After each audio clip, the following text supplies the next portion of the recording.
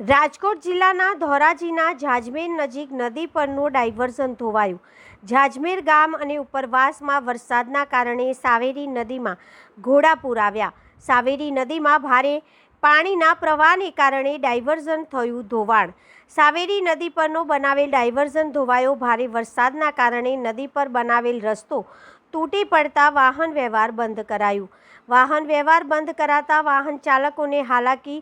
સાવેરી નદી પરથી સોડવદર ભાંક કલારિયા તરફ જવાનો રસ્તો બંધ કરાયો। ઝાજમેર ગામના સરપંચ કિરણ બગડાએ લોકોને નદીના પ્રવાહમાં ન જવા અપીલ કરી। જીવના જોખમે નદી પરથી પસાર ન થવા કરી અપીલ। હાલ ઝાજમેરથી ભાંક તરફ જવાના રસ્તા પર નવું રોડનું કામ ચાલુ છે, જેને લઈને ઝાજમેર નજીક આવેલા મહાદેવના મંદિર પાસેથી ભાંક કલારિયા તરફ જવાના ડાયવર્ઝન આપવામાં આવેલું છે। હાલ ડાયવર્ઝનનું ધોવાણ થતા વાહન વ્યવહાર ખોરવાયો છે। નમસ્તે, હું કિરણ બગડા, ઝાંઝમેર ગ્રામ પંચાયત સરપંચ। આપ તમામ નાગરિકોને ખાસ અને અગત્યની માહિતી જણાવવાની છે કે ઝાંઝમેરથી સોડવદર જતા મહાદેવ મંદિરની બાજુમાં જે નવો પુલ બને છે તેની બાજુમાં એક ડાયવર્ઝન આપેલો હતો। હાલ ભારે વરસાદના કારણે એ ડાયવર્ઝન તૂટી ગયો છે, તેના લીધે વાહન વ્યવહાર સંપૂર્ણપણે બંધ છે। જો ઝાંઝમેરથી સોડવદર રૂટમાં જે લોકો જાય છે તે ઝાંઝમેરથી ભાંક કલારિયા થઈ અને જઈ શકો છો।